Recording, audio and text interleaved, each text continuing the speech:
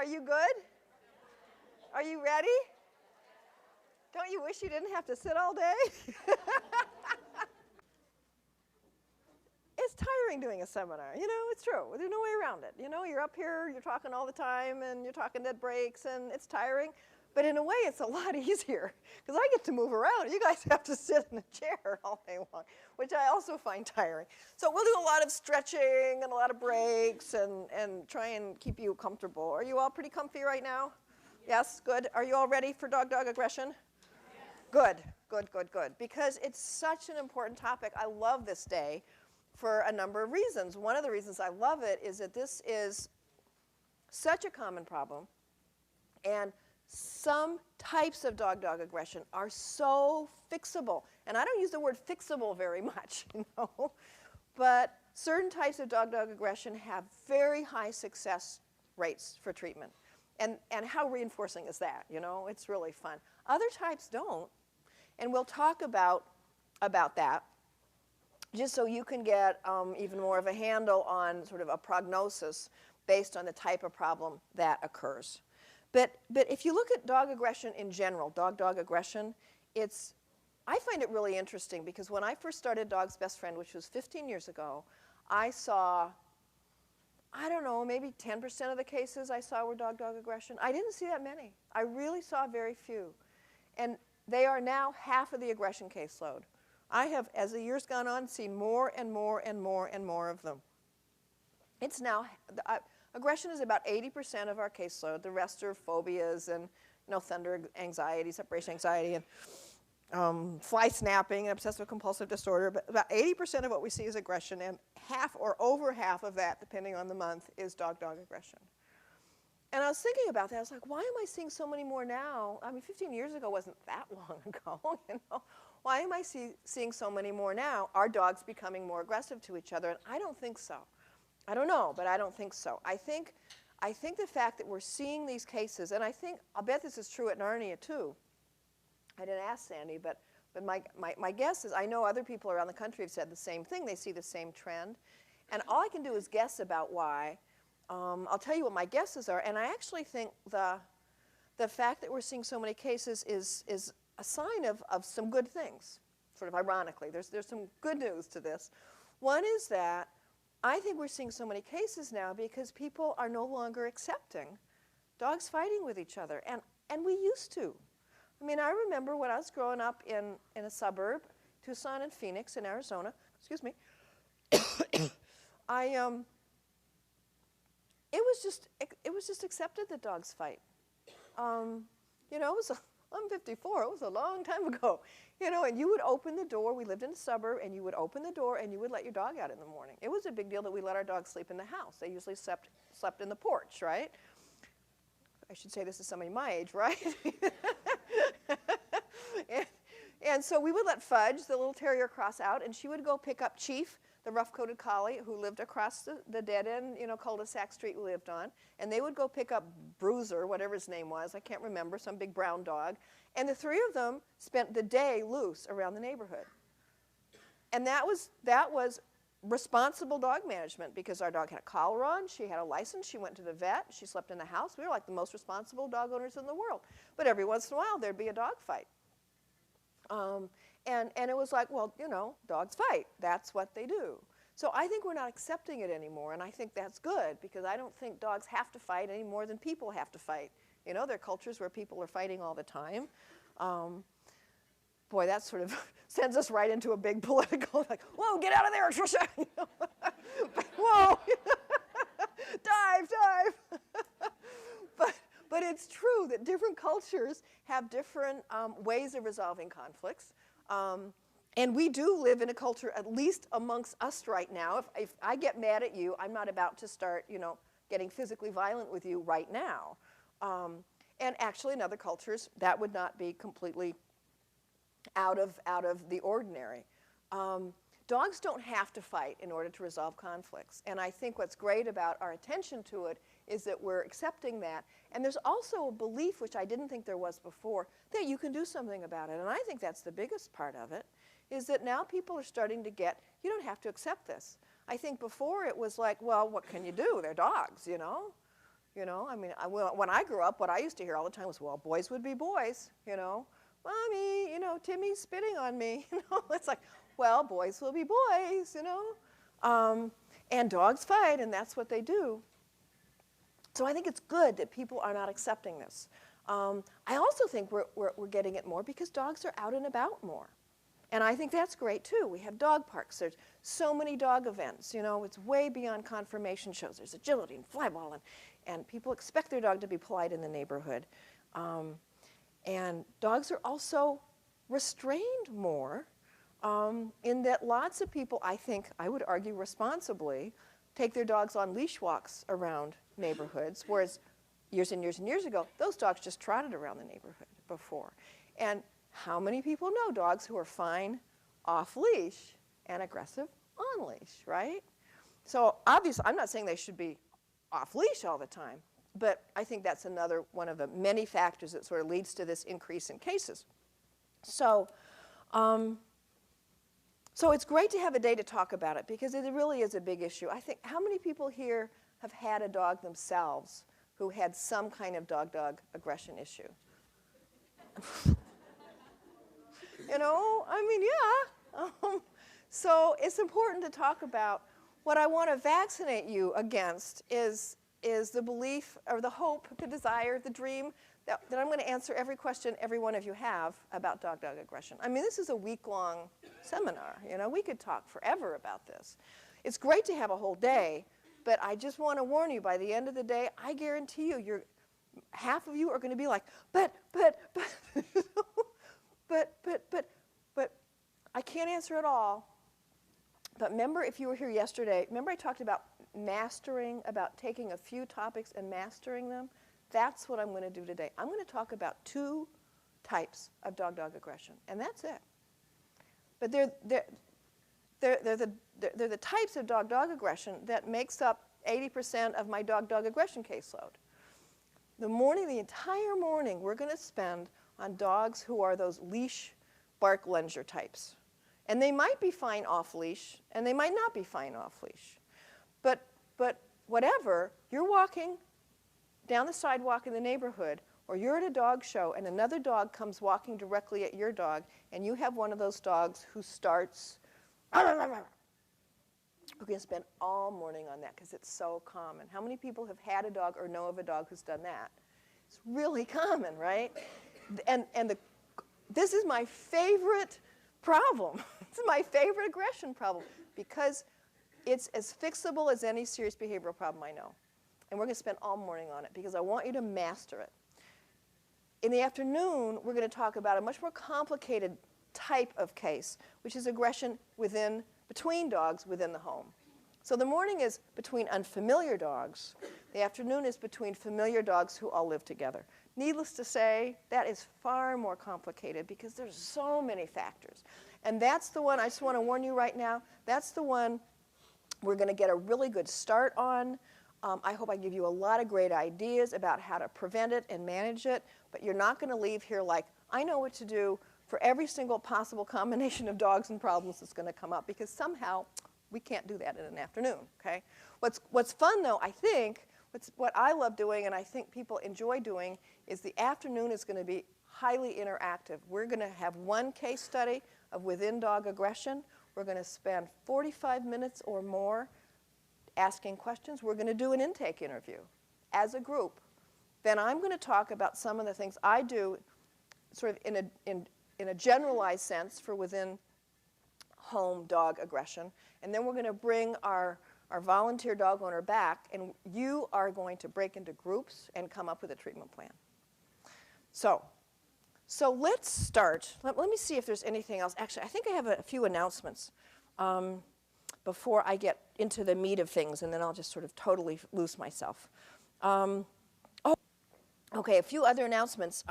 One, how many people were not here yesterday? Oh, you missed all the good stuff. I'm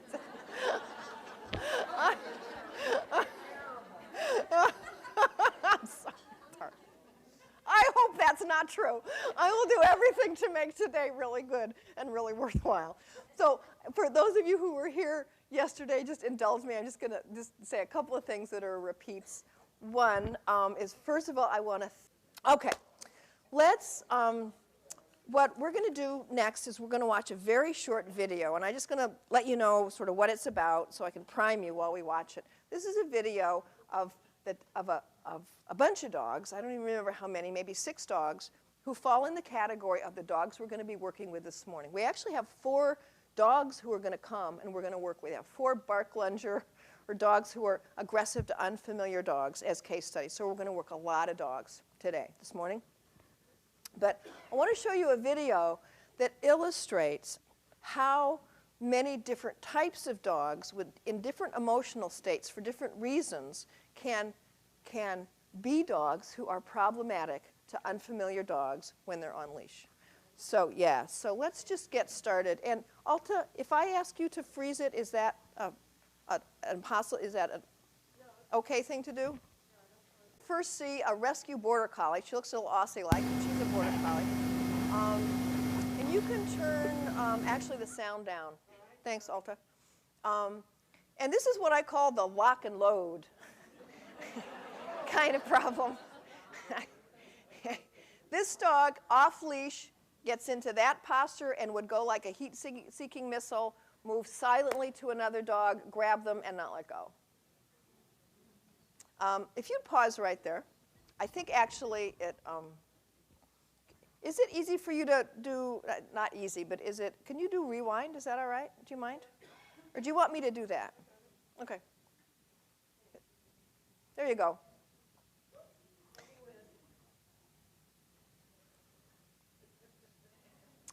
When? It's all right. And I'm going to ask you to pause it, okay, Alta? And because what I want you to watch for is this dog actually had already been in a feisty fighter class. This dog is better. and what I want you to watch for, although this dog is not cured, this is not a, quote, fixed dog. This dog is much, much, much better, but still has to be managed. Again, this little rescue border collie came, had been living on a farm, worked horses, which they didn't want the horses worked. The foster family said the dog was fine with her dogs, and then after the dog was adopted, after the problem came up, went back to them, talked to them, and fine actually meant that every time another dog came into the room, this dog stopped and gave it a cold, hard eye. Wouldn't let other dogs come into the room if she was in the room. So fine, always be cautious of the word fine.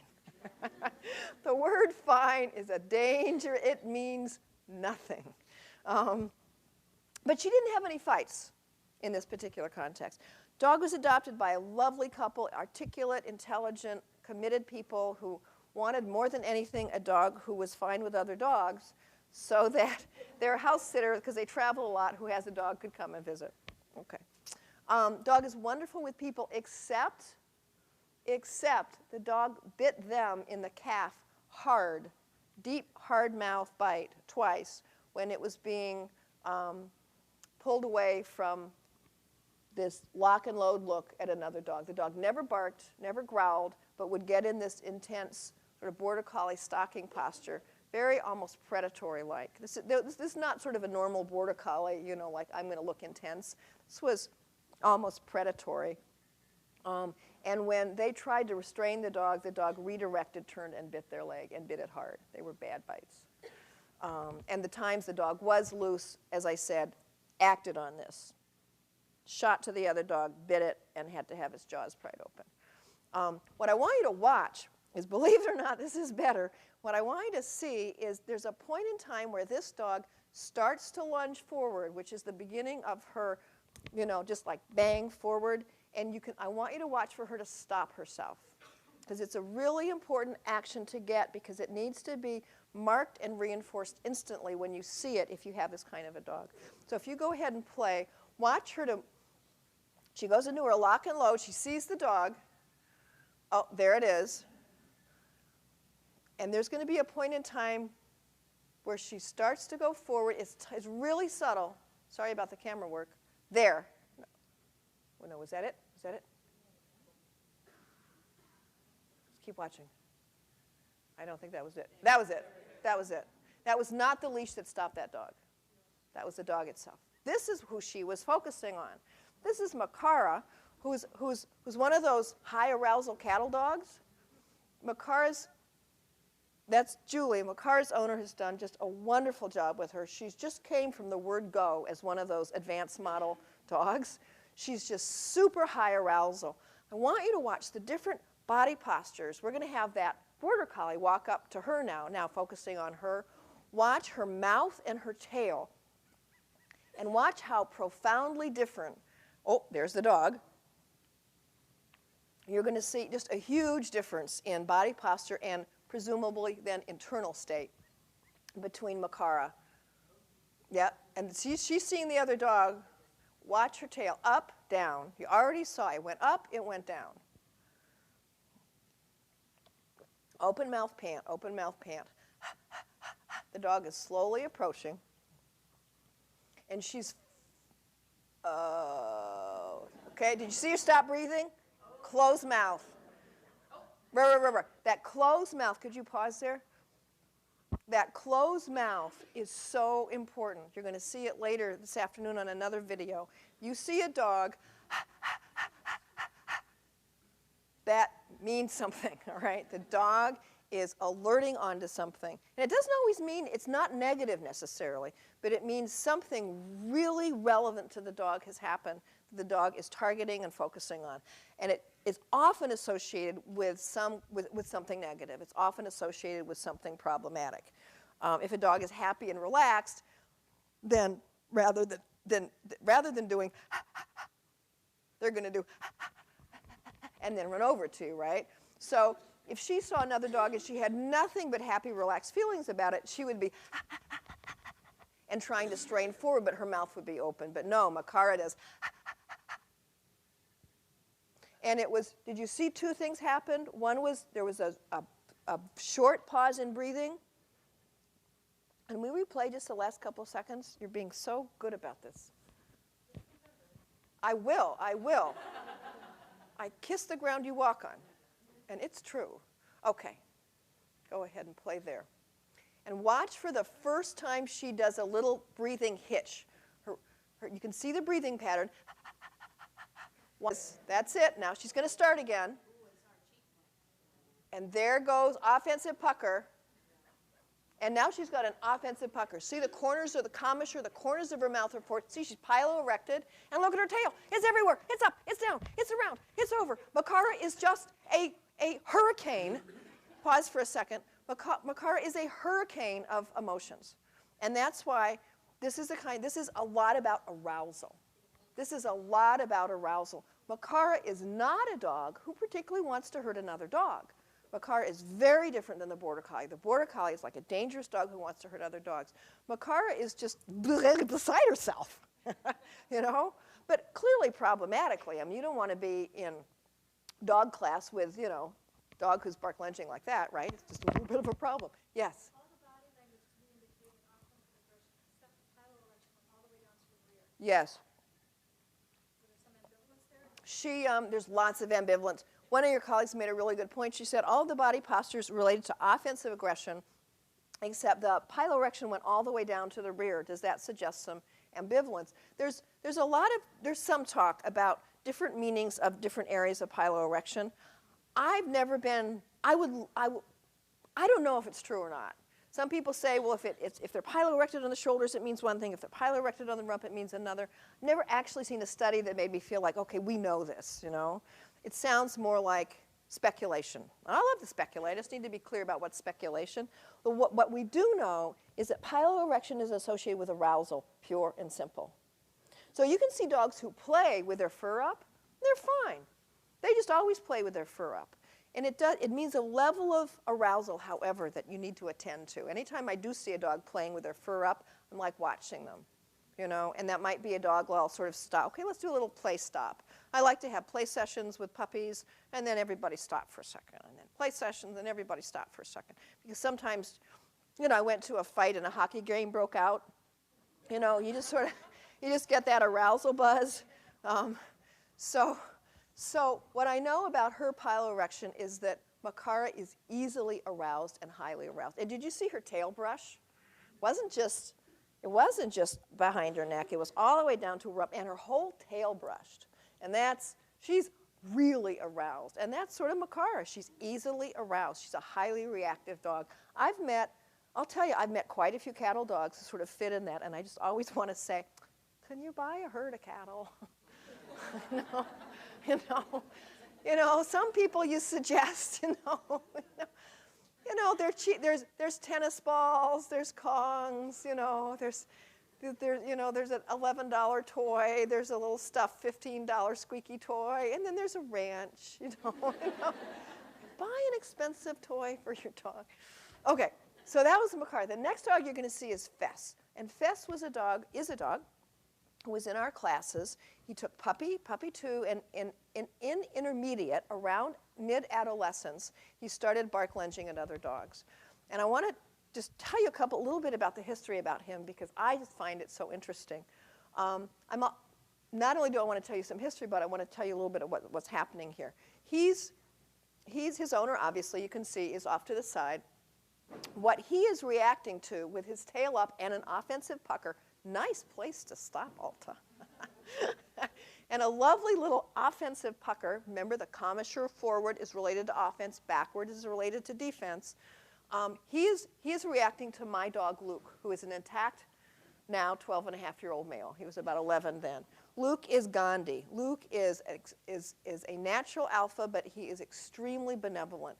He's never been in a fight in his life. He works dog aggression cases all the time. He loves doing it because he gets tons of treats for doing it. And he never gets hurt. And he never gets put in situations that cause him any stress.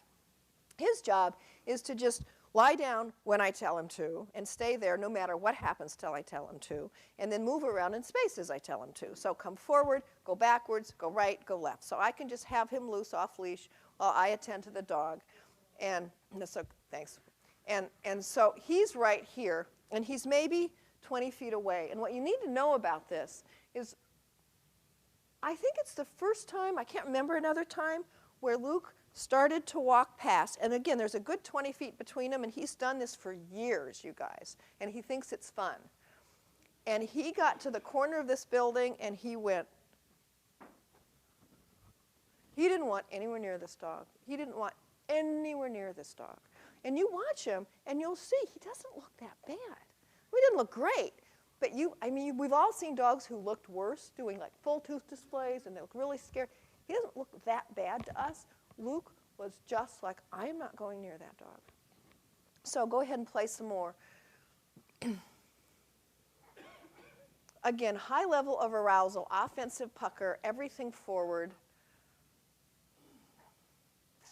And the next scene with this dog you're going to see is actually, Luke is now in the car. It's like, okay, Luke. And you're going to see Lassie, my little female, who also does these cases, walking by on a leash. She's about 20 feet away again. And when I asked the owner what level of arousal this indicates, she said about a 2 out of 10. Okay, stop there. Forward, offensive pucker. A couple of other things about this dog that I think are relevant is that after working with this dog a couple of sessions, I just, you get that sense when you've done enough work, you start getting this intuition. He just looked unhealthy to me. He just didn't look right. His coat was wrong. His face looked wrong. Why? I can't tell you. I'm an ethologist. I want to give you specific, precise information, and I can't tell you. It was like, there's a point where you have to get intuitive, and there was just, my brain just went, this dog is 5 degrees off. There's just something wrong with this dog physiologically. His coat looked horrible. He looked horrible. His face was sunken. And I referred her to a Chinese medicine veterinarian who specializes in acupuncture and Chinese medicine, saying, I think there's something profoundly physiologically wrong with this dog. The vet agreed. She treated him with a lot of Chinese herbal medicine and acupuncture. And the last time I saw him, he had a beautiful coat, just glowing coat, full face. And he was not quite a different dog, but he was almost. Actually, when I saw him, I said, good grief, he's a different dog. Was he completely cured? No. Was he still dog problematic? Oh, yeah. He's way, way, way, way better, though. But I just mention that because there was nothing wrong with that border collie physically. Makara, there's nothing physically wrong with her. We know her very, very well. She just has huge arousal issues. Something was wrong with this dog, and my dogs seemed to know it because they treated him like he was crazy. And he seemed, frankly, he seemed crazy. That's a scientific term. I mean, that's how he occurred to me. It was just like, he's just so far out of the bell curve, he can't even think the way we would imagine a normal dog thinking. Okay, next dog.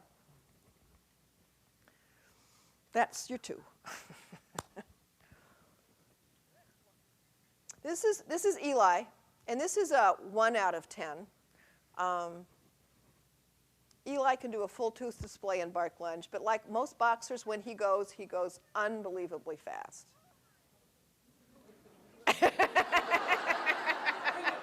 Stop for a second. Stop for a second. and I missed, you know, I don't know if you've ever tried to, I know a lot of you have tried to videotape a particular behavior and, you know, like failed because they do it right before the camera's on and right after the camera's on. Eli, the boxer, was one of those examples. Right before he went, full, big, barred tooth display that, you know, just would have scared the heck out of anybody, right at a dog. And I had the camera right there, but I couldn't get it to work. It was one of those. So that was like a damped down version, but I still love it because like a lot of the boxer breeds and mastiff breeds, did you see how he went from 0 to 60? I mean, it was just bang. The fastest dog I ever worked with was a boxer, and he was sitting about, I don't know, 8 feet away from me. He was biting at his owner as she left the room. She had a baby gate, and she stepped over. He'd bite her foot, and he'd bite it. But he was fine with visitors. Fine. That word is so, I'm playing it. Oh, he's fine. Really? So he was fine, and what he was is he was on that sort of, that boxer, Roddy, pit. You know, you see a lot of the dogs of that type. They're not Labradors, right? You know, so they're just like sort of a little closed, you know, and you're like not quite reading. You're not getting any sign of anything. It's just like, I'm just going to keep my emotions to myself right now. Thank you very much. So he was being contained over there. And I hadn't petted him, but we'd been together for half an hour. And she went to answer the phone, and she was like 8 feet that way and talking on the phone, and I was looking at her, and I was standing here just like this, and I looked at him, and I just sort of glanced over towards him, and then I was on my back, and he was right here. And he never hurt me, which is a really good thing, because he could have killed me before I even knew it. You know, at least it would have been a quick death, because there was no, somebody edited out the frames of the video in between, because he was sitting there, and then I was on my back. They are so fast. Anybody here of a boxer? Fast, right? Am I right? Fast, fast, fast, fast, fast. And it's what's so cool about them. You know, they're unbelievable athletes. So that was Eli. And Eli, I would suggest to you, was in a different state than all the other dogs out there. Eli was harder for me to read. I don't actually know exactly what was going on in the mind of Eli, but I think, my guess is that it had a lot to do with frustration. I don't think Eli is the kind of dog who wanted to hurt other dogs. He could actually be okay off leash in certain circumstances, liked other dogs, liked to play with them, but hated the frustration of wanting to go see another dog and getting hit by the end of the leash. Okay, you're going to see one more dog here. This is a dog from the Dane County Humane Society, who they said, I was looking to make this video, and Chelsea Whelan, who's the behavior director there, said, oh, you know, there's a dog who's having some dog aggression problems with. So just watch this dog and tell me what you think. I just find it fascinating. Go ahead, Alta, and hit play. So we're just letting this little bitch cruise through.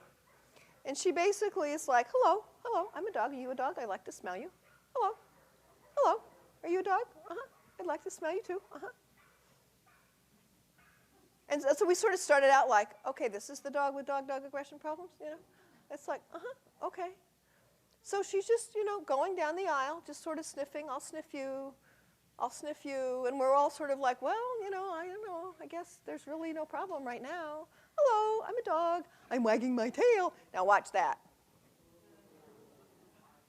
Oh, did you want to fight?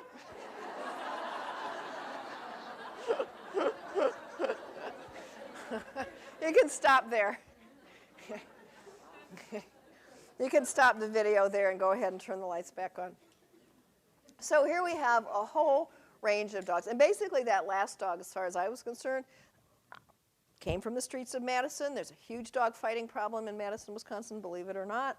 It's huge. It's huge everywhere, at least in a lot of places. And that dog came off the streets of Madison. And if that dog didn't fight, I would, I've got a farm to sell you for cheap. And I think she was like, oh, this is what I do, She got a hard eye. Did you see that great hard eye from that other bitch? And so that's the kind of dog who might not start anything, but at the slightest provocation, it's like we'll rise right, we'll go from 0 to 60, so it's like I'm fine, I'm in full fighting mode, and I'm going to fight till we're done, That dog, they tested her a lot more in other situations, and she was exceedingly problematic. She actually ended up getting euthanized because she was so problematic, and she became problematic with people, and so all the other dogs are doing well. So all these dogs, I would suggest to you, had different reasons for doing what they do. And I think that's one of the things to keep in mind about dogs who are bark lungers, who see another dog and then bark and lunge at it. There are a whole lot of reasons dogs can do that. They can love to fight. They can be frustrated so often. They see another dog, and they have no frustration tolerance, and they go to try and play with it, and they can't. So they become classically conditioned to associate frustration with seeing another dog. And we all know that frustration leads to aggression sometimes. Look at road rage. If you want to get a human violent, get them frustrated. I mean, we all know that. Let me just finish this roll here for a while. We all know that. There are also dogs, I think, who get actually punished, either on purpose or inadvertently. They get a little leash pop. It used to be when I first started going to obedience classes, if your dog looked at another dog, they got popped. Don't look at another dog. Do not pay attention. How sick is that, Can you imagine being on an alien planet and you finally see another human? It's like, hi, how are you? Pop, Oh, that's horrible. So I think dogs can learn that if another dog gets close to them, they're going to get punished. And so they're like, stay away from me. Don't get anywhere near me. I'm going to get hurt if you come any closer. I also think some dogs I think it's rare that dogs are protecting their human. I've seen maybe 2 cases in 15 years that my guess was that the dog believed other dogs were going to hurt their human. I think in most cases it's possessing their human. It's protecting them like you'd protect a bone. Stay away from her. She's mine. She takes me to the chiropractor. She buys me good toys. I get belly rubs every night. I'm going to hydrotherapy. You can't have her. She's mine and I'm not sharing. And I think that goes on a lot. I think some dogs are terrified of other dogs. Stay away from me. I'm so scared of you. Stay away from me. And dogs, I believe, can act aggressively motivated by fear. I think a lot of aggression is driven by fear. Remember, aggression is an action and fear is an emotion. So don't confuse actions and emotions. You can act aggressively when it's driven by an emotion of fear. So there are a whole variety of, gotcha. I'm sort of feedbacking here, so we're trying to fix that for you. There's a whole variety of reasons that dogs can be rude on a leash. And it's interesting to know why each particular dog is motivated to do this sort of rude bark lunging. But in this case, in this case, what's really great and what makes this so treatable is, in a way, it doesn't matter. It always matters to me because I'm always curious. I just want to know why. But you're going to treat it the same way. This is the only one-size-fits-all treatment program I have for aggression. And that's what I'm going to do for all the rest of the morning. I'm going to show you how we treat dog-dog aggression for this particular case, the bark lungers on leash at Dog's Best Friend. And it's a program that came up through 15 years of working with dog aggressive dogs and finding what worked and what didn't work. And I've just found a method that works for us, and it works really well. We have a very high success rate with this, the highest success rate of any type of aggression cases we treat. Very proud of it, and we love it because you get, it's so reinforcing when dogs get better. So we have 4 dogs we're going to work, and I'm just going to go through sort of one step at a time of the whole program. And the preface that I want to say before I get started is that I started doing this in this form sort of exactly about, I don't know, 5 years ago or so. And I actually would apologize to my clients because it seemed so simple. It's like you drive all the way here, you pay $85 an hour to see a PhD animal behaviorist, and we tell you to teach your dog to look at your face. That'll be $85, please. You know? And I would apologize because it seems so simple. It's like, take 2 aspirin and call me in the morning. It seems so simple, and I really would. I would say, I know it seems really simple, but it's working so well, and I was a little bit like this. And finally, it was actually a client that helped me out of that. It was a client that said, thank you so much for giving me one thing to work on. I've been to a whole bunch of places, and they've given me 25 things to do, and I can't do them all. And you gave me one thing to do, and that's all I've done all week long, and it's working. Because they took one thing and they mastered it. So it's not actually going to be one thing. We're going to work on 3. We give them 3 main tools that you need to teach your dog, and we're going to work through them this morning. So I'm going to use my first demo dog. I'm going to need my first demo dog real soon. If you want, pardon? Wouldn't you know? But that's okay. But that's getting the dog ready, and that's actually good. So what I'm going to do, I think the first dog is Freddie. And when Freddie comes in, Freddie's a Portuguese water dog. And Freddie is the kind of dog, oh, there's Freddie.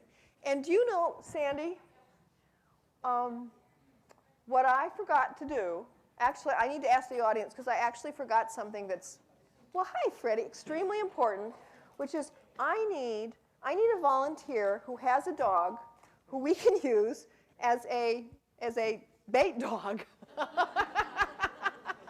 who's like stable and perfectly happy. And if a dog, they're not going to get that close, but if a dog sort of barks and lunges, the dog's going to be fine. Does anybody have a dog in the car who would be okay in that circumstance? At home, right? Do you have a dog who, if we put right here, and even if this dog went bar would be fine? Yes. Great. Male, female? Male. Intact male, but old. And wonderful. That would be great. What I'm going to do is, if you would go get your dog and hang out in the lobby, and then when I ask, you can just bring that dog, and you're going to bring the dog, and you're going to stand right there. Okay? Well, don't let him focus too much. It was doom. Oh. And they looked at the screen. There was a dog yesterday who looked at the screen and flipped out. Mm-hmm. Poor little Sydney. Poor little Sydney was flipped out. Hi. Hi, Freddie. Who's that? Hi, Freddie. So I'm just going to spend a few minutes sucking up to Freddie. Hi, Freddie. Oh, I don't know if I want that. No, I don't want that. I have to take Mama's treats. Do you want liver? Oh, maybe. Oh, that's okay. That's okay. Oh, thanks. Oh, we got some liver here, too. She's got smaller pieces. Oh, we are. Okay. Freddie. Freddie. Oh, we dropped one. Oh, no, I don't want that from. He doesn't want it from me.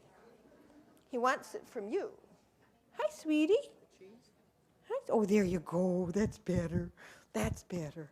So Freddie is a dog who if he sees another dog, and we're not going to do a whole case study, so I'm just going to summarize, but correct me if I'm wrong, okay? Freddie is a dog who, if he sees another dog, not all dogs, but most of them, and what, 80% you said, I think, on the phone? Could be. Around 80%. Hello. Male or female doesn't matter.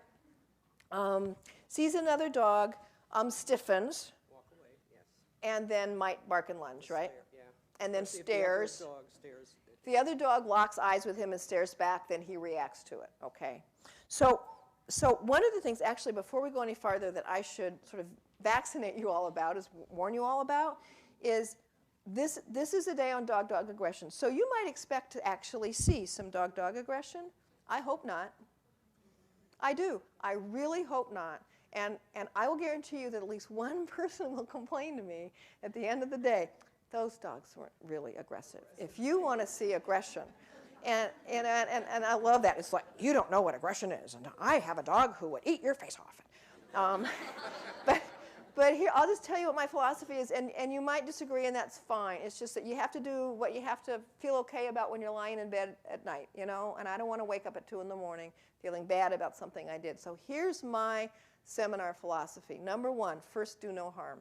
Absolutely, period, end of sentence. So I talked to about 25 people to select the 4 cases we're picking, and I turned some of them down because I thought some of the dogs would get set back. Every time a dog stares, growls, or barks and lunges and I'm using the term aggression very loosely, by the way, does something inappropriate that might involve injury or teeth, every time they do that, it's like a smoker who's trying to stop smoking having a cigarette. So I'll tell you, when I first started this, I was a trained ethologist, and I wanted to see everything because I was trained as a really good observer, and I wanted to see. So I would set dogs up to watch it and say, okay, now I've seen it, now I'll try and help you fix it. I don't do that anymore because I don't need to see it anymore. I believe them. And with this particular type of case, it doesn't matter. When you start working through, you start learning, you start seeing enough of the dog, so you start getting a much better sense of sort of what's going on inside. But initially, to get them started, I don't need to know all the details of whether the commissure is forward or backwards. I just need to get them started on a new habit, because that's basically what's most effective, is to teach them an incompatible behavior. So that's all to say, you may never see a dog bark and lunge at another dog today. And if that happens, I'll be thrilled. I will truly, truly be thrilled. So I so understand about loving drama. I am such a primate. I love drama. I love it. I do. I work with aggression, for heaven's sakes. You know, of course I love drama. But my hope and my goal is that we never see it here, because it's not going to help those dogs. So what I have to ask you to take on faith is that all the dogs who are coming here, they really do have a problem. These people would not be here if you did not have a problem, True. right? How true. Right? How true, how true. So you just have to believe the owners. And it's amazing. Have you run into this? How many people won't believe you? Oh, they haven't seen it, right? They don't see it, they don't believe it. Oh no, it's not that bad, right? It's like, no, really, honest, I know he's being nice now, but it's that bad. So we need to believe the owners. And it well might be that somebody does bark and lunge, and if that's not a crisis, it happens in treatment. If it does, show you how to deal with it, and I'll talk about how to deal with it. Okay. Hi, sweetie. Hi, sweetie. Hi, did you want that? Well, that's a very big piece. Well, that's a very big piece. Yes, it is. I can't break them up. What I'm going to do with Freddie first is I'm going to teach you the sort of the foundation of the beginning of this treatment for dogs who are bark lungers. And as I said, it's really simple. It's teaching an incompatible behavior. That's the basis of it. You're going to teach an incompatible behavior, and the one I've had most success with, because it's so easy for people to master, not just learn to do, but to master, because that's what you need to do, is master it, is watch or look at my face. I'm going to talk more later about why it works so well and some more details about it, but we're going to sort of do the basics first. But let me just talk about how I do it. Now, Freddie, this is not something Freddie's never done before, okay? So we're going to have Freddie do it, but then I'm going to just show you how I teach it, all right? Good. So why don't you just, what's your cue? Yes. Do it again. Yes. What? Just any. Starts out with the hand on it. So this is So your you cue. go It's a into- visual cue. Right. All right. Or behind my back. Or behind your back. So there are two things that to him mean watch. One is your hand behind your back, and one is this, right? Okay. So, and it's great that she has that foundation.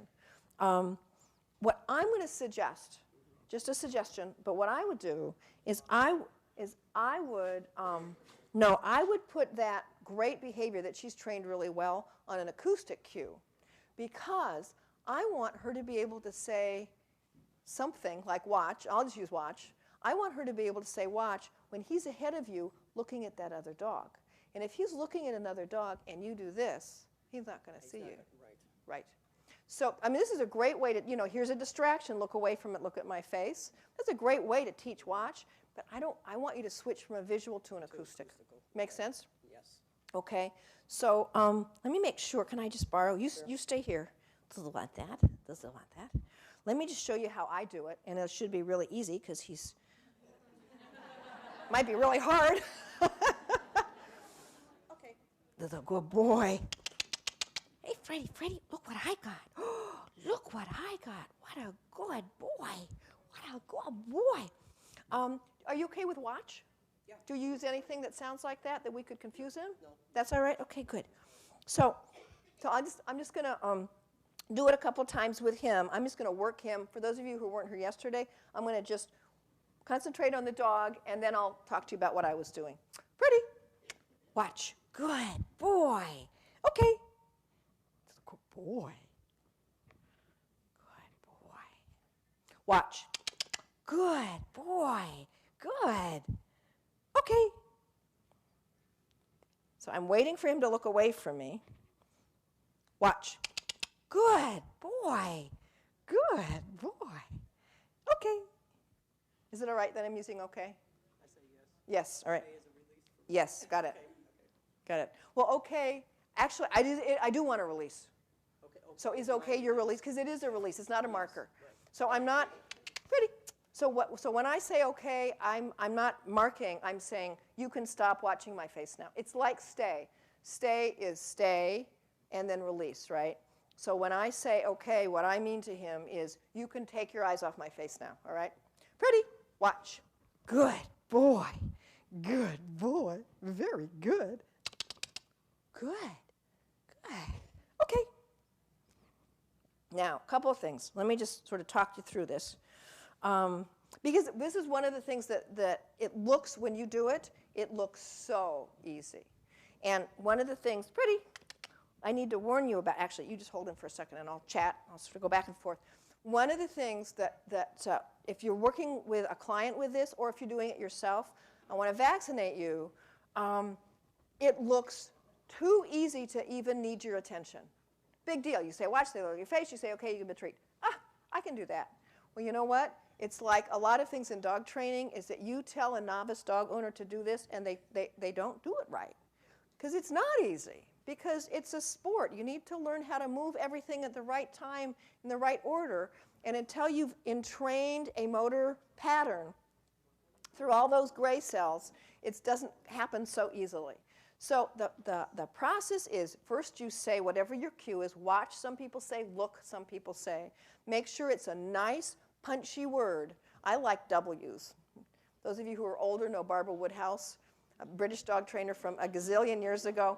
Very, hated her methods. You know, she was the one, she was this lovely older English woman, and she'd wear these lovely English skirts and English huge clunky shoes that actually are sort of cool now, but back then they were like really nerdy. So she'd have these big skirts and these big sweaters. She's a little short English lady. And she taught lie down is you have the dog on a pinch collar or on a choke collar and a leash, and you put your leg over the leash. And then you push down to pull the dog down. Her methods were horrible. Dogs adored her. They adored her because she was clear. She was clear. Dogs adored her. All the people were terrified. They'd be like huddled against the wall. So funny because she was so rude to them. But she was a brilliant animal trainer. If she was around now, she'd be really hot. But she said dogs love W's. That's why she said walkies. Let's go on walkies. And you know what? I've never seen any research, but anecdotally, I think she's right. I think there's something about that gets the dog's attention. So I love And I love the end of it, watch. Remember we were talking about sound yesterday afternoon? Watch. That if you do a sonogram of it, there's a big spike. Watch. It's a great way to get a dog's attention. So I like it. I use it as a cue. But don't use it if you have something that sounds like it. So you say watch, and then you're gonna do everything you can to help your dog do the right thing. Now these are prompts. I do not use for my consultation cases and in our classes, we do not use a standard operant conditioning, sort of the most radical kind of paradigm where you just say something and wait. And then eventually when the dog looks at you, you mark it, right? With a novice dog owner who has a serious problem, life is too short, right? I have no problems, and this is not truth. This is just the way I do it, and you need to pick the way that works best for you. And I think it's partly because the truth of the matter is I get too impatient standing there. It's like there's nothing wrong with using a prompt if you want something to work in day-to-day life. If you're competing, you know, there's some reasons to not use prompts, but I use them with my clients all the time because they need all the things on their side that they can possibly get. So you say watch.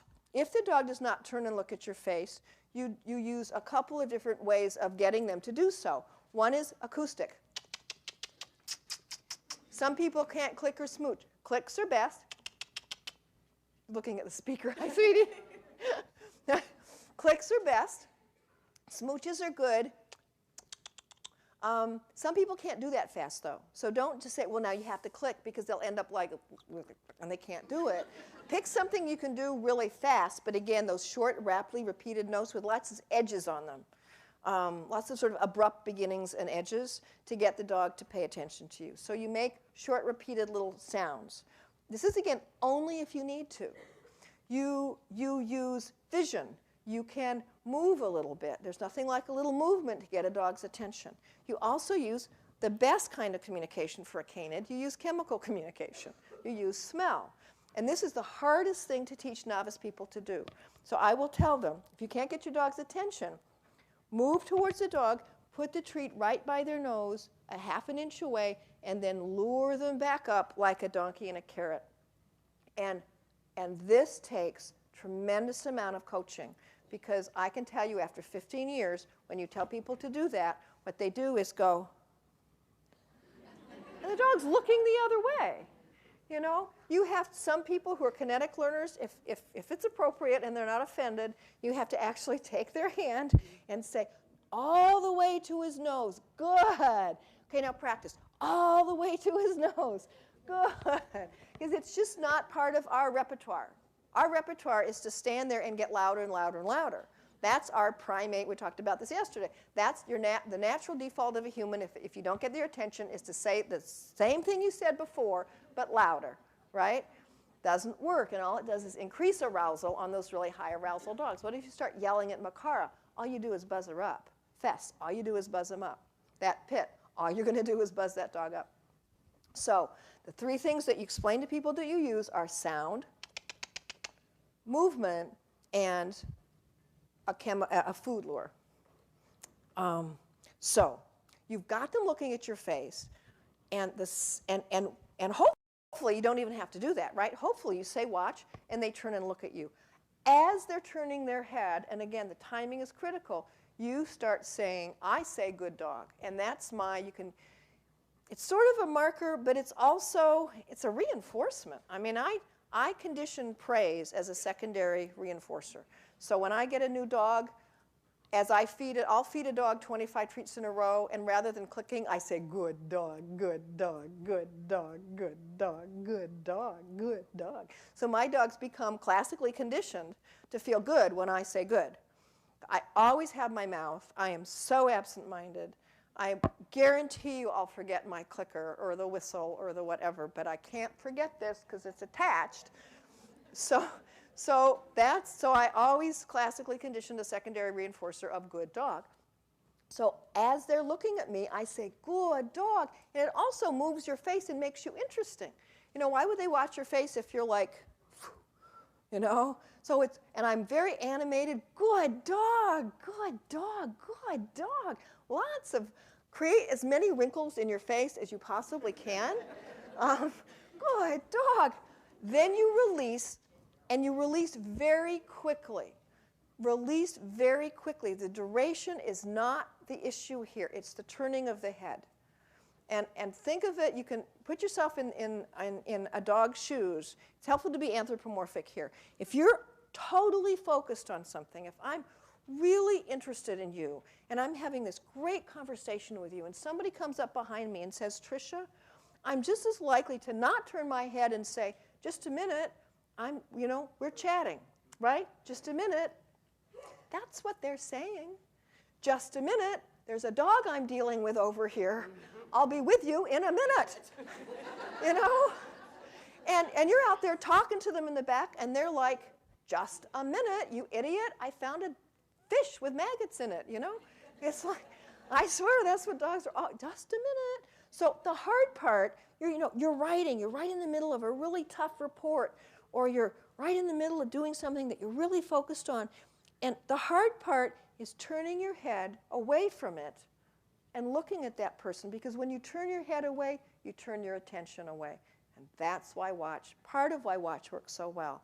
Where the nose, they tell you when you're sheep herding, remember I said yesterday where the nose goes, the head goes? You know what? It's not so dissimilar with our species and them either. Where the nose goes, the head goes. And so the hardest part for a dog is to take their head away and go what? So that's the part you work on. Don't worry about a long duration watch. Spend your time on getting a dog to turn its head away from increasing levels of distraction.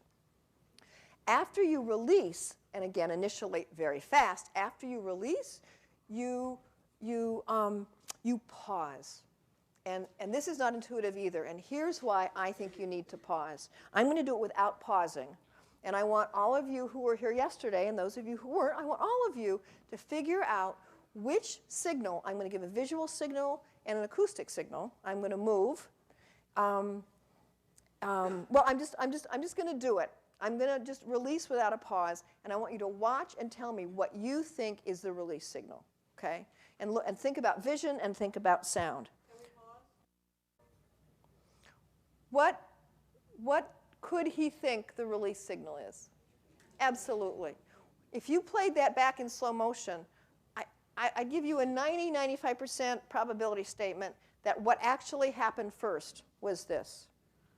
Because if you know physiology well enough, it's really simple, really. If you decide to move and speak at the same time, you sort of told your brain, okay, I'm going to say okay, and I'm going to give him a treat. What happens is the vision happens first, is the movement just happens first. It's just that simple. It takes longer to decide you're going to say something, figure out what to say, tell the muscles to get ready, and then move air through. And then sound has to travel through air. And granted, it's not very far, but you know what? It still takes time. So if you go, okay, and that's what most people do, then I think the dog learns, or possibly can learn, okay, anytime you move, I can stop watching your face. And that's not what we want, because you're going to be out there with another dog, and you might have to move, right? You don't want to have to be frozen still. You want your dog watching you, but you want to be able to free to do anything you want. So I'm going to do it, and I'm going to have you do it, okay? I'm going to do it one more time. So it's watch, good dog. If he turns and looks at my face, keep him busy, and then okay, pause, treat. And I always exaggerate the pause at the beginning, and after a while you cannot exaggerate it so much. And if he doesn't look at me, I'm going to do whatever I need to do to prompt him, to get him to, so I can reinforce the watch, okay? Freddie. I'm going to get him up. It's just easier. Watch. Good boy. Good boy. Okay. Good. Good boy. Okay, you want to do it? Because it's a little different. I know you're doing it, but it's, and you know how sometimes when you've been doing something one way, it's harder than learning it from nowhere, you know?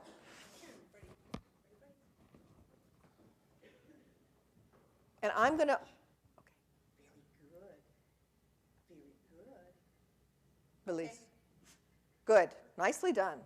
Nicely done. Now let's do it when he's looking in another direction, because obviously that's the first thing to work on. So I'm just going to distract him now.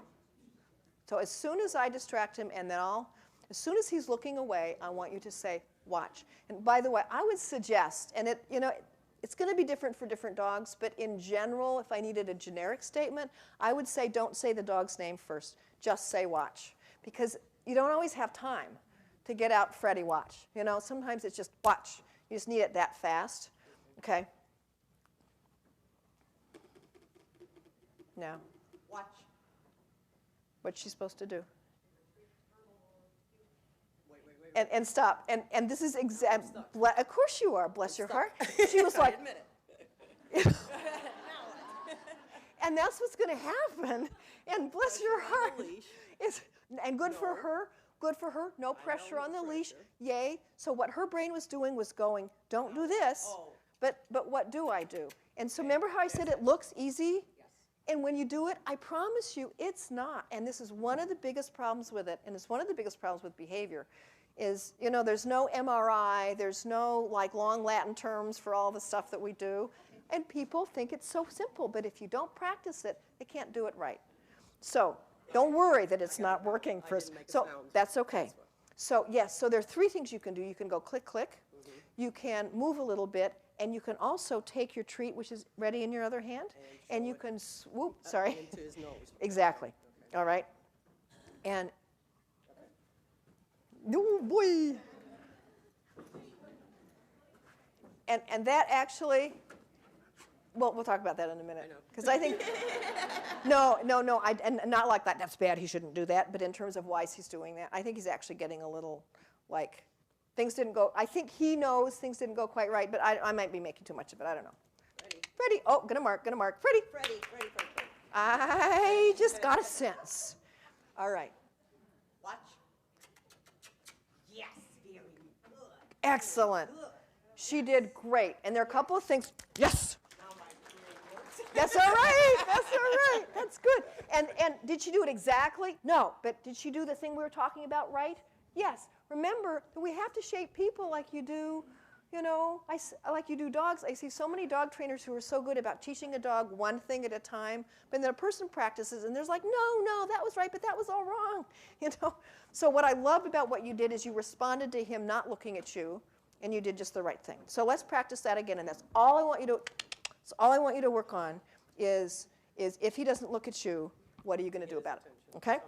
Yeah, that's right. Somehow. That's right. Right. Now. Watch. Good Yes, boy. good, Good boy. Yes. Good.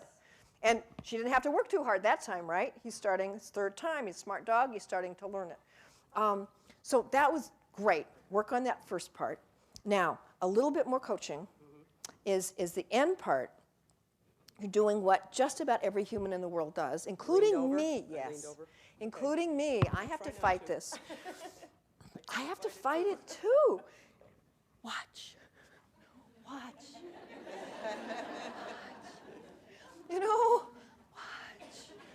They're supposed to do, it's them that we want to look to you. You don't need to fix it. And every human, almost really, I swear 95% of people that when you first teach them this is what they do. It's just, remember yesterday we talked about we need to understand who we are as a species? This is, the more you can know what common mistakes there are, the better you can help people through this. Hi, sweetie. We teach watch in our intermediate class. I'll bet a lot of people teach like a watch or a look, right? Those of you who are instructors. Isn't it great? If you're not doing it, it's such a wonderful thing to teach a owner. Yes. You starting? Good. Beginners. Good for you. Do you expect your dog to look at you when you say its name? Oh, good question. Do I expect my dog to look at me when I say its name? No. And this is a great question to ask yourself. What do you expect your dog to do when you say his name? And my suggestion, somebody has a cell phone. Like I needed to tell you that, right? Like I'm so good. Only because I'm a trained observer. Somebody has a cell phone. I'm glad I pointed that out. Oh dear, I've lost it's so silly I lost my train of thought. Oh yes, thank you. I'll bet that a bunch of us, I don't know what number, but a bunch of us, you probably don't even know what exactly specifically you expect your dog to do when you say your dog's name. Remember yesterday we talked about clarity of message? This is a wonderful thing to think about. What do you expect your dog to do when you say his name? I'll tell you what I expect. I do not expect them to look at me. I expect them to pay attention to me with their brain. Now that's a harder thing to know. And you can't know that until the next thing happens. You know, and it might be that you ask them, you say, Luke, lie down, and Luke doesn't lie down because he's not listening, or Luke doesn't lie down because he doesn't want to lie down. So that's a harder thing to know. There are a couple of reasons why I don't want a dog to look at me every time I say their name. One, I work sheep. I work my dogs on sheep. And I don't want them to look at me. I want them to, you know, when they're working, I want them to pay attention to me, but I want them looking at the sheep. But two, even if I didn't, I wouldn't expect that, because I say my dog's name so much. You know, if you want your dog to stop everything he or she is doing every single time you say their name, then you have to be consistent and never say it unless you want them to do that. And I want to say their name for a whole variety of reasons. Oh, Lukey, I love you. You know, I don't want him to, so I don't. And that's one of the reasons why I like watch or look, because or ready. You know, I think it's great to have a signal that specifically means turn away from what you're doing and look at my face and pay full attention to me. I think it's much better to have them separated out. Okay, let me coach you about the end of that, okay? Because you're doing great on the beginning now. And so the middle was you're going to work on standing up. They're looking at you. Stand up. And particularly when you're dealing with dog aggression, you want your dog to be like, you know, you don't want to be in this posture. You want to be in a position of benevolent authority, you know? You want to be like, hey, I'm handling this. You know, this is not a position of authority, you know. So stand up straight, and they should be looking at you.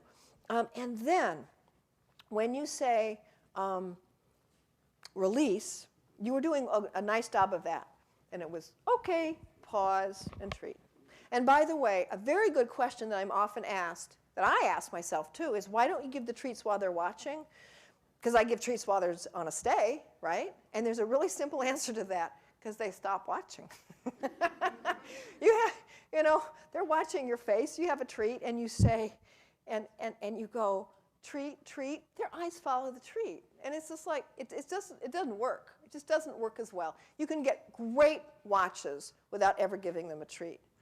I start often holding the treat up at my face, but then I'll just, obviously you don't want to have them only do that if they're looking at the treat, right? So then it's treat in the other hand, and I'll just sort of like be up here, you know, with a little hand up here. Hi, sweetie.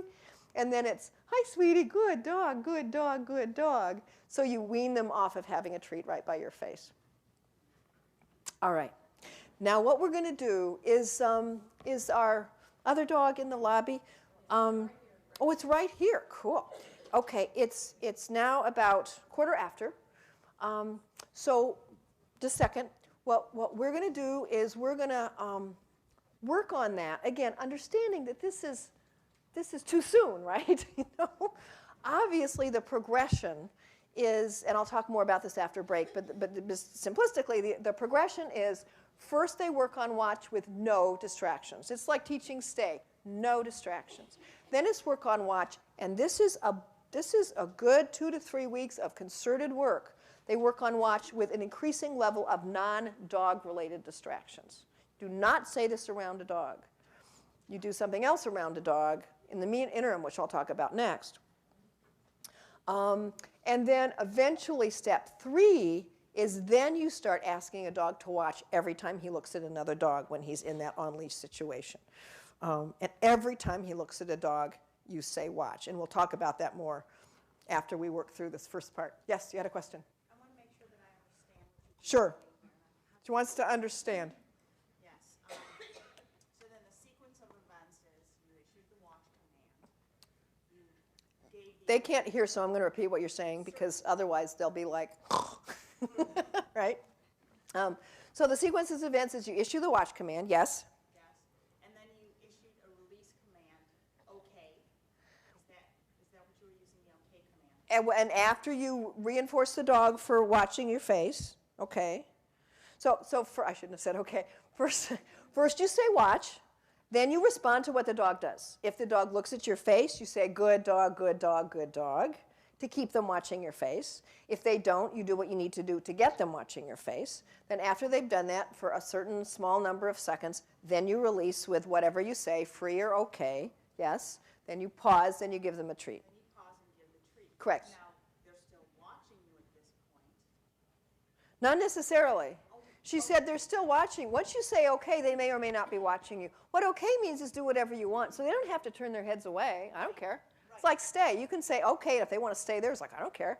Okay means do what you want. And if they're still watching your face, fine. But I'll tell you, when they're really distracted, you know, you say okay, they might look right back at that other dog, right? And then you know what you do? You say watch.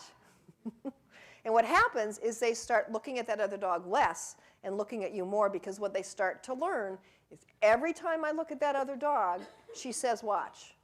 So every time I look at a dog, she's going to say watch. And what happens, and we're going to work on this a lot after break, your goal is not that you say watch every time you see your dog look at a dog. Your goal is an auto watch. Your dog learns to anticipate. You know, for 3 weeks, every time I've looked at another dog, she said watch.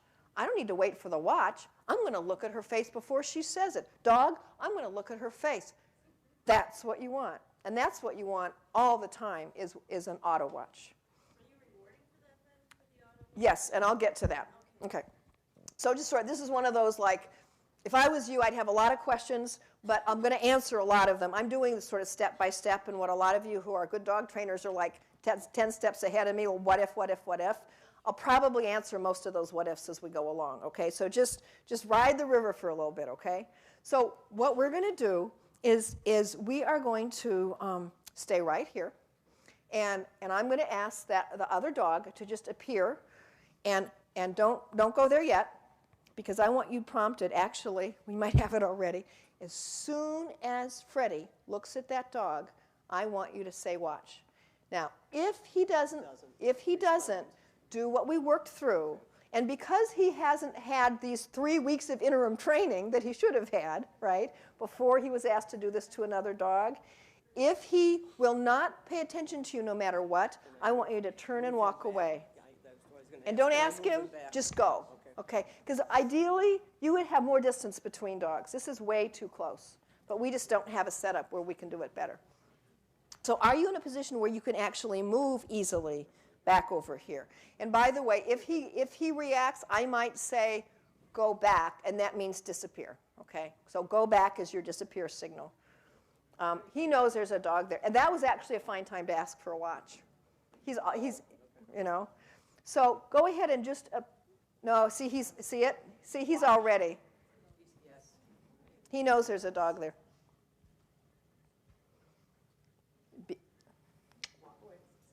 Be ready. Now, it's all right, but what's going to happen? Try not to laugh, by the way, because he's going to be surprised, so he might overreact. So again, this is too close. I think that's partly stress, by the way.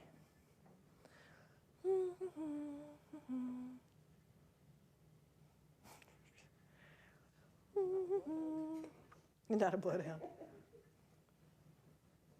And why don't you just ask him to sit for a second and facing the direction we want him to.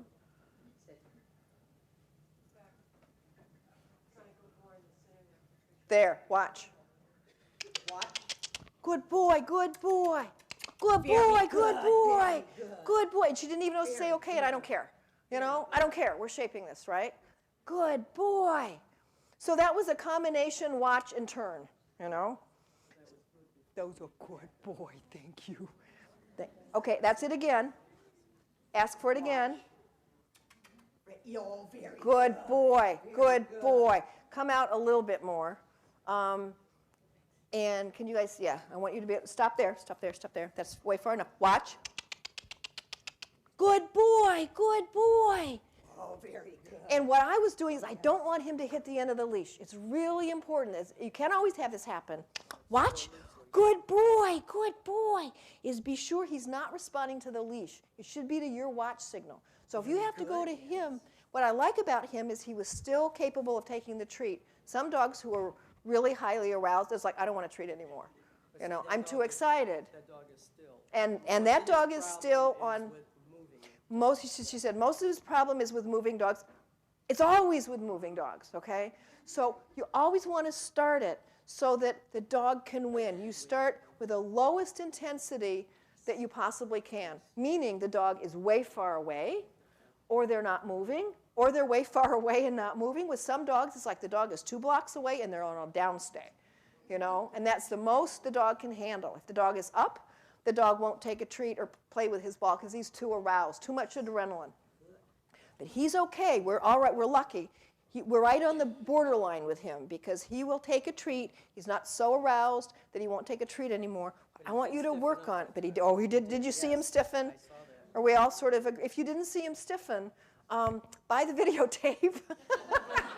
because if I'm not going to ask you because I don't want to embarrass anybody, but deep inside yourself, ask yourself if you saw a change in his behavior. And if you didn't, then you need to do a lot more work on reading dogs, that's all. Because it was very clear, it was very subtle, but it was very clear. Good job. Okay, next you're going to walk forward a little bit. Next time he looks, you're going to say, Watch. good boy, good boy, good boy. And I would try being about here, stay put, wait for him to look at the shepherd, and the microsecond he does, say watch, and try just moving back one little step. Because ideally, a watch is you're not moving, you know. He's just going to turn and look at you. That can be harder to get to, but let's just see. He's doing so well. Stop there. Watch. Good boy, good boy, good boy, good boy. Good boy.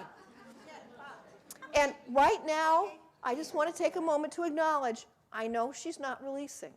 I don't care right now. I don't care either. She's I'm glad you agree. she's doing so well, and so are you, doing so good, sweetie. yes. You're doing so good. We This take is what we so can get. fun. This is so fun. Very Okay. good.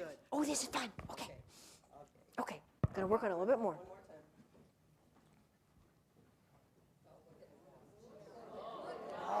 Happy boy. Did he look at the shepherd? Okay, but I want him to. It's all right. But I'm thrilled that he's so happy. Okay, come here and stop. Stop. And now move that shepherd, not closer, but back and forth that way. And wait, don't look at him. You look at the shepherd. He's not going to take his eyes off you. Don't look at him. Look at the shepherd. Now, watch. Good boy, good boy, good Yes, boy. very good. Good boy. Very good. Okay, what the hell? We don't care. All right, come back. Sit. They don't always have to be sitting, but it's a fine place to stop. And one of the things that happens is especially in a dog, watch. Watch. Good boy. Very good. Especially in a dog as well trained as hers, is they get eye locked with you. And they're like, I'm going to just watch your face all the time because that's, you know, I know to do that. I like looking at you. I feel better. But they're not going to get, try it now. Watch. Oh, auto watch. Yes. Good boy. Didn't he turn before she said it? Okay. Oh my God. Oh, good boy. Oh, Man, yes. You get a bigger jackpot than I did. what a good boy. What a good boy. Oh my goodness. Oh my goodness. Thank you. Oh my goodness. Okay. Take the shepherd back, all right? But don't go away. I mean, don't leave the room, all right? Okay. Oh, good boy. Okay. Because I need to talk and not. What I wanted was what he did. Because that's what you want. You don't want to have to always be scanning the horizon looking for a dog, you know, and then get watch out as fast as you can, right? How relaxing is that? You want him to do it. You want another dog to be the same as your watch cue. You want the dog to be the signal. Rather than the signal of this, we've transferred to a signal of watch, and I want it to transfer to a signal of I see dog, that's my watch cue. Because then he automatically has replaced a problem behavior with an incompatible behavior. And not only is the behavior different, but internally he's going to be different because he's going to become Pavlovianly, classically conditioned to love seeing other dogs. Rather than, oh no, here comes a dog, it's going to be, oh boy, there's a dog. And you literally are going to change his entire emotional physiology. So it's the beauty of this simple thing is that you can truly cure dogs of this, such that you can have dogs eventually, not all of them, but you can have a lot of them. You can have the dogs walk right up to them eventually. And I'll show you a video, sort of the last stage of this, because obviously this is the first stage, right? Because you change their internal state so much. So the reason I jackpotted, sorry, sweetie, the reason I jackpotted that, and a jackpot is 15 treats in a row, good, not all at once, good boy, good boy, good boy, good boy. And just to warn you, that's something else people often need coaching on. They'll go, good boy, treat, treat. No. It's good boy, good boy, good boy, good boy, good boy, 15 times. You need to make it clear the difference. That was good. This is a trip to Hawaii. You know? This is huge. You're still working on distance. We don't want him to Correct. get to. You are still working on distance, and after the break, I'm going to talk more about how you structure this to make it work for you. So it's before you get up, I want to go ahead and take the shepherd. Well, actually, here before you leave, could we keep using your shepherd? Thank you so much. Shepherd's perfect, just perfect. What we should do is have your porty leave, and maybe just Alta, can we have him walk right down by you? Dokie, dokie. All right. Oh, my goodness. There were so many good questions at break that I can't begin to answer them all. But one that I can think of right now I thought was a really good question, which was, you say good dog, and some people say yes as a kind of a sort of marker reinforcement. And do you have any feelings about which is better? Well, yeah, sort of, maybe. I think you should pick what feels best to you. I like good dog, and here's why. First of all, I don't have to retrain myself. I would have to train myself to say yes. Good dog, I've been saying all my life. I like saying it. It makes me happy to say good dog. And I want you to pick, I think you should pick a word. And again, this is the way I use this. And there are many ways to use all these markers and reinforcements, secondary reinforcements. You can do it lots of different ways. I am not somebody who's going to argue to you there's only one way to do this. I've never believed in one way. There is no the way to anything as far as I'm concerned. The people I admire most in dogs have these big toolboxes. And they're very flexible, you know. So I'll just tell you what I do. I love a verbal reinforcement. And I use it as a reinforcement. So when I say good dog, I want my dog to feel good. I don't want them to break. It doesn't mean you can get up. So the way I use it, this is the way I use it. I put Lukey on a downstay, and I say, good boy. And I want him to wag his tail. Am I a good boy? Yes, you are. Doesn't mean you can get up. I like what you're doing. It's like some people say yes, meaning I like what you're doing. I don't like yes just because it sounds hissy to me. It's just me. It's a personal thing. You pick what you like. Yes. You know, if you study animal behavior, one of the things you learn is that a universal acoustic signal of aggression is a hiss. And it's interpreted across the board by mammals as a threat. Snakes hiss, owls hiss, cats hiss. Dogs don't hiss, but coyotes do. And jackals hiss. And it doesn't sound exactly like snake hiss, but does that mean you shouldn't use yes? No. Yes, no. No. If you like it and it works for you and your dog likes it, then by all means use it. I just don't like the hissy part of it. I don't, when I say yes, I don't feel happy. When I say good dog, look at my affect. Did you see you see? I mean, that's how I feel. It's like, yes. That's how I just, yes. When I say yes, I don't feel happy. I feel very something, but it's not happy. When I say good dog, I'm a whole, yeah, good dog. And I'm sure that's partly conditioning. So there might be people out here who say good dog and say it like, good dog, you know, and then are like, yes. So it's up to you Pick a word that comes out of your mouth easily. Pick a word that you like saying that makes you happy that your dog can read it. And most importantly, just be clear. Be clear what a release is and be clear what a secondary reinforcer or a marker is. You know, a marker, a secondary reinforcer, which are a little different. A marker is basically sort of intellectually without a lot of emotion, and it says, that's it. What you're doing is the right thing. More people than not use yes. A lot of people use yes for that. When I say good dog, I'm saying two things, I think. I'm saying, one, I like what you're doing. I'm not saying, yes, that's the right thing. I'm saying, I love it when you do that. That makes me really happy. You're a really good dog to be doing that. So I want it to be really a double message, which is you're doing the right thing, and I want you to feel good about it. That's why I go treat, good dog, good dog, good dog, good dog, good dog, because I want them to feel good, just like Pavlov's dogs drooled to a bell as if it was the meat powder. Does that make sense? Just be clear. I cannot tell you how valuable it is to go home tonight or tomorrow and spend an hour just clarifying, what do I say when?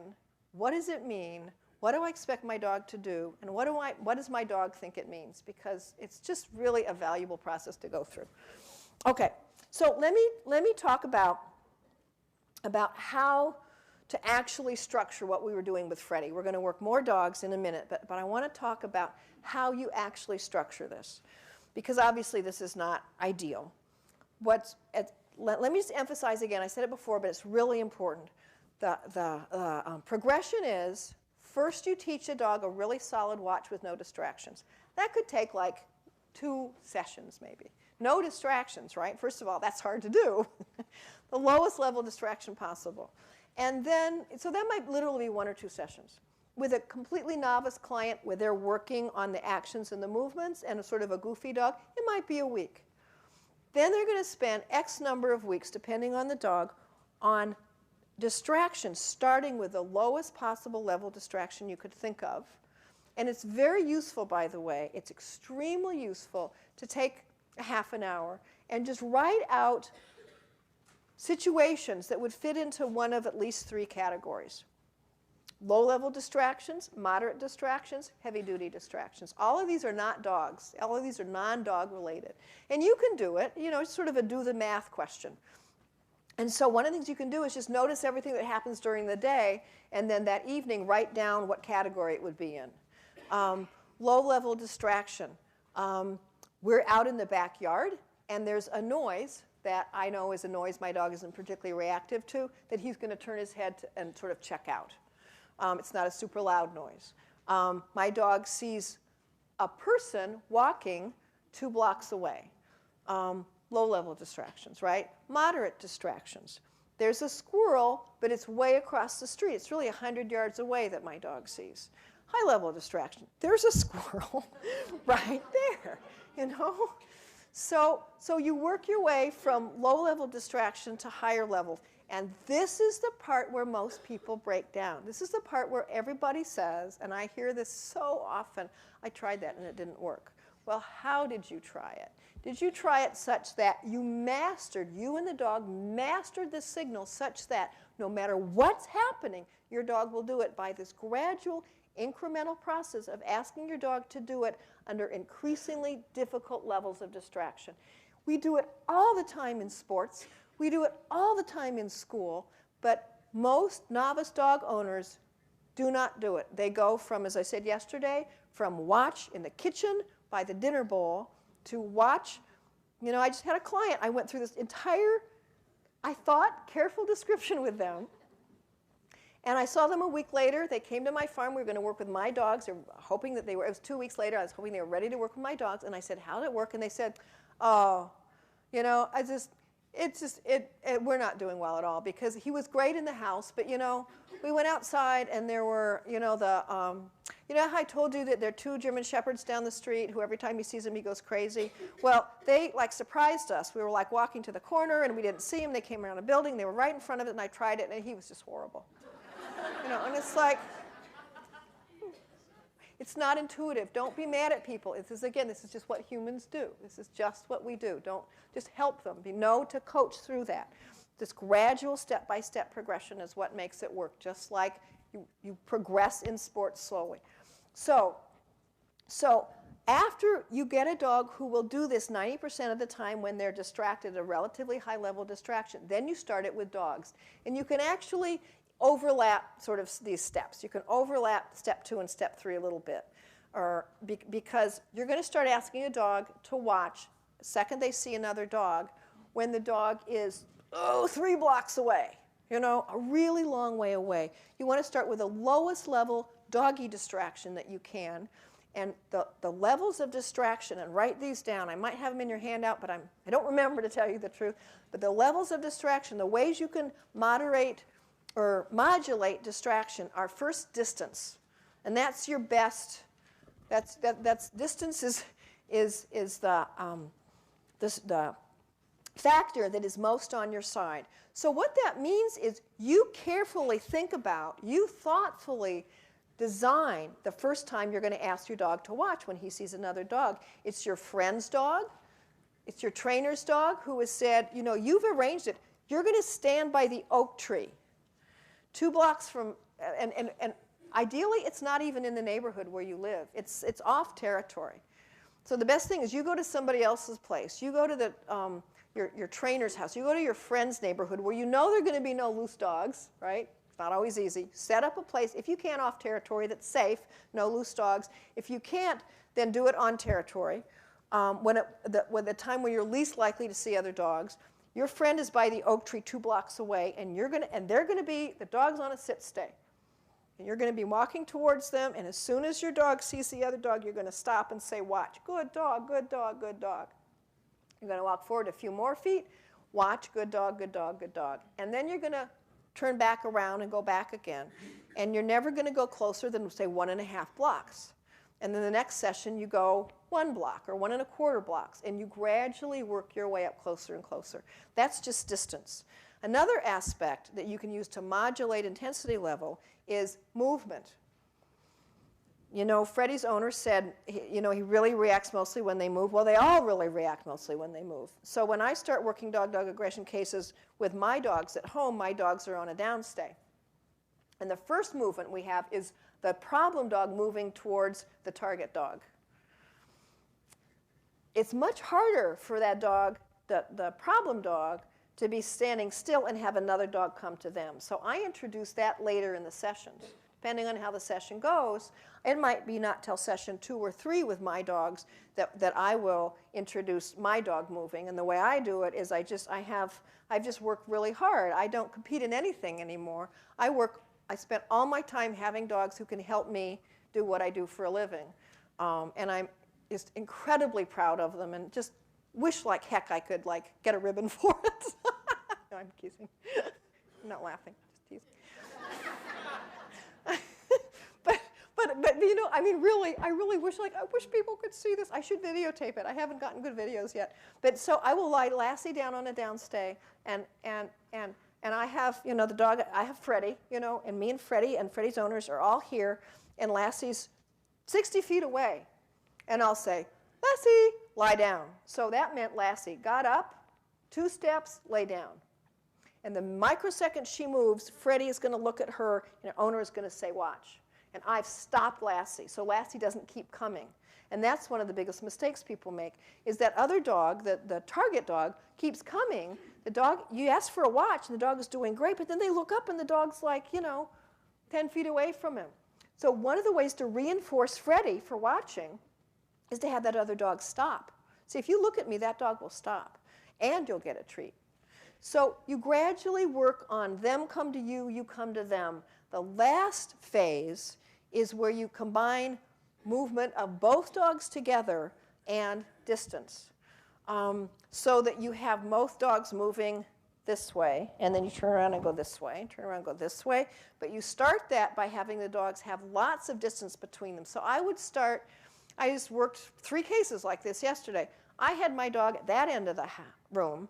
The other dog was at this end of the room, and we walked back and forth like this, so they'd pass, and every time Freddie looked at Lassie coming this way, do a watch, keep going, turn around, look at Lassie, do a watch, this way. And then we just got closer and closer and closer and closer. Because the hardest thing for dogs to do is to walk on a sidewalk.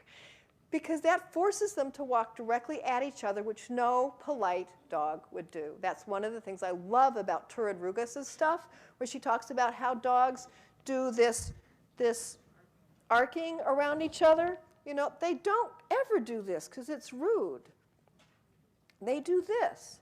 And so what have we set up with sidewalks? Because we're primates, and it's fine to go directly to people and say, hi, how are you?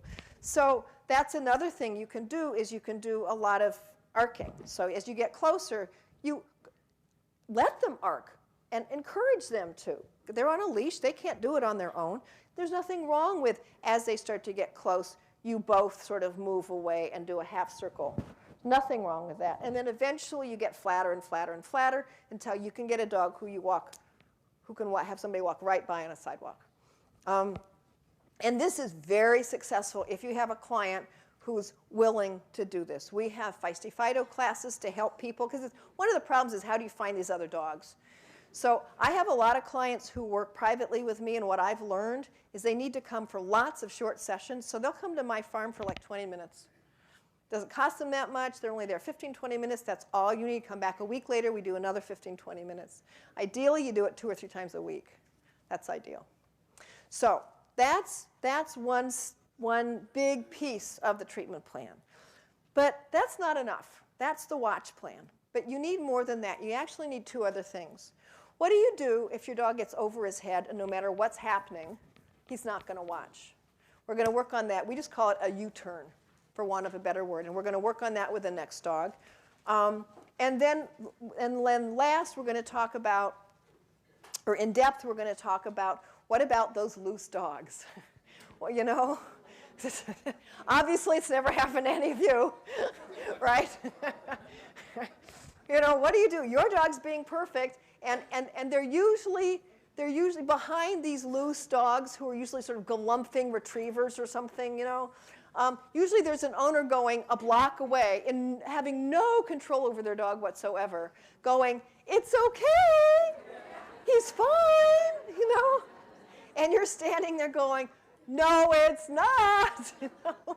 So we'll talk about that too. So could we have our next demonstration dog is Maggie, a darling little Boston, and we've got our friendly helping shepherd over there. We've got some golden assistant dogs over here, and we're going to have little Maggie come. Oh, isn't that a handy door? Is that cool or what? Yeah, right. Right.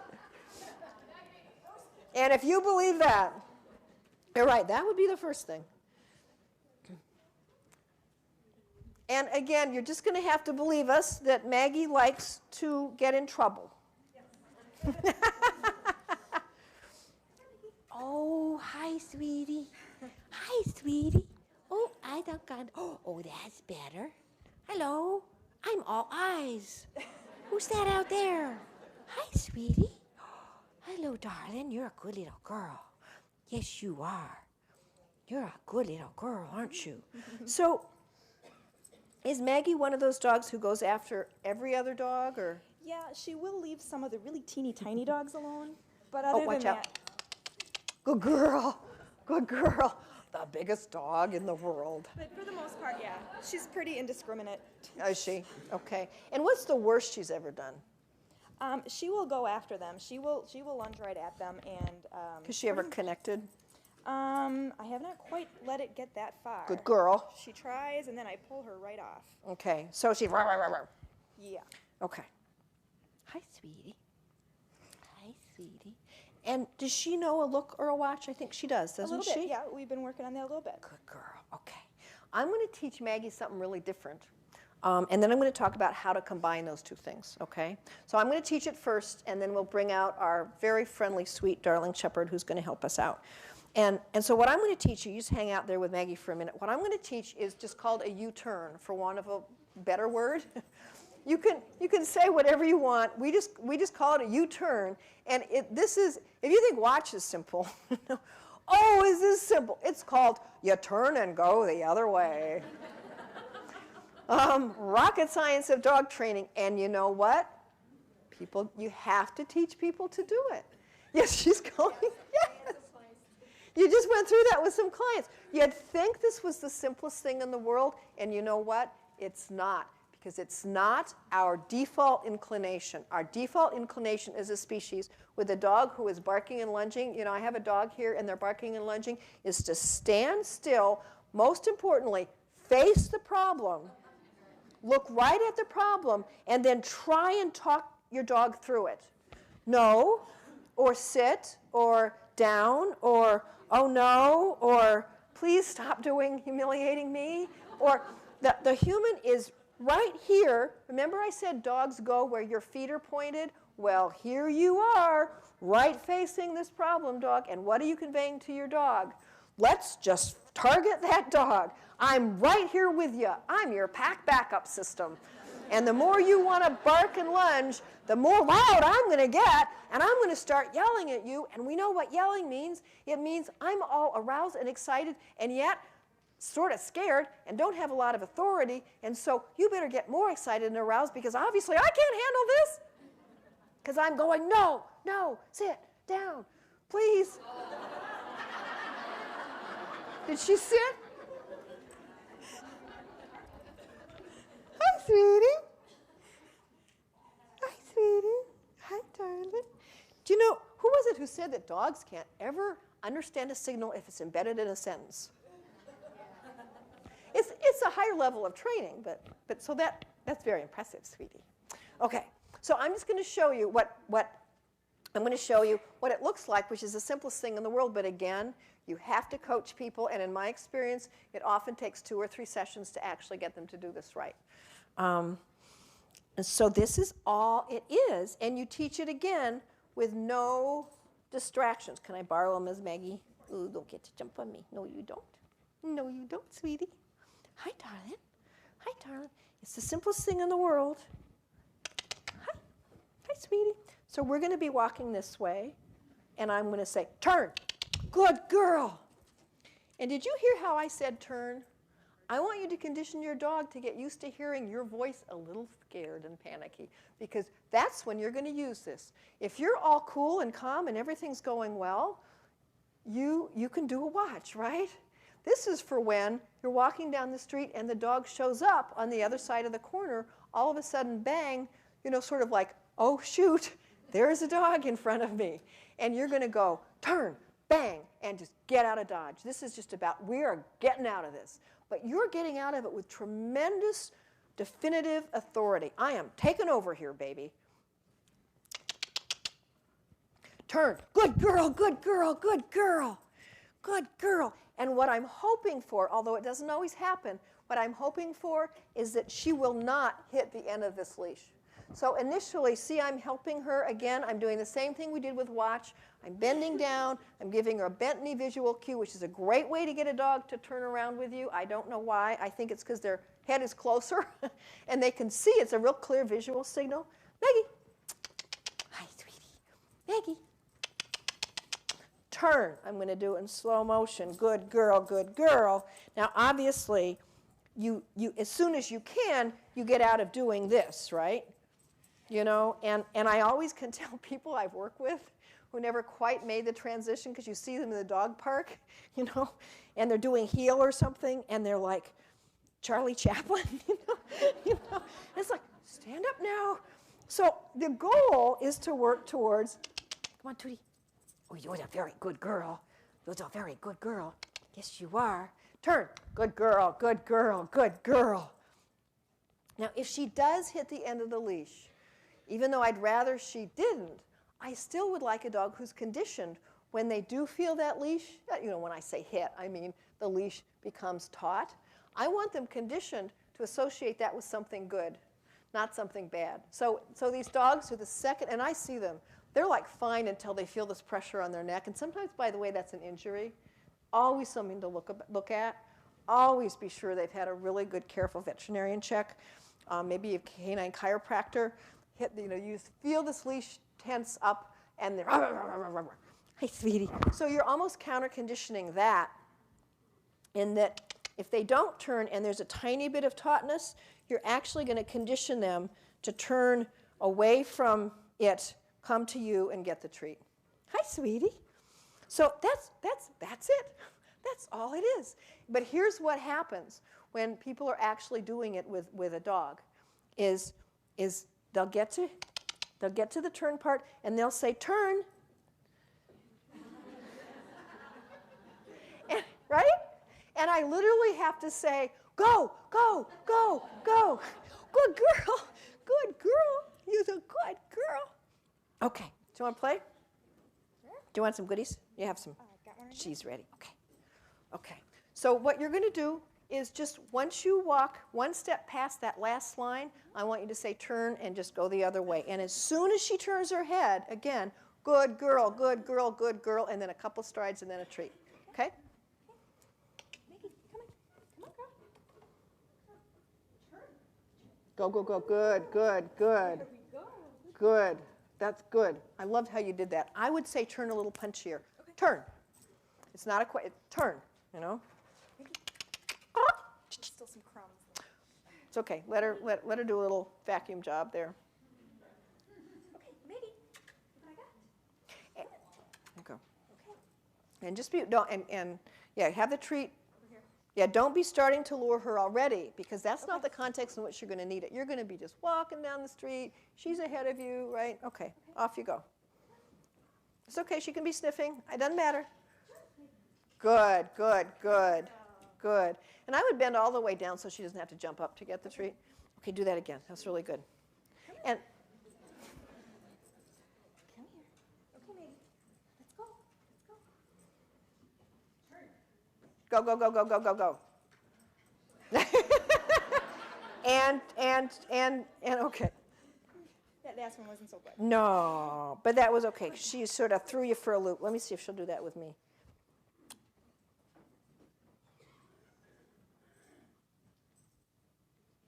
I'm just hang on. I'm just sort of.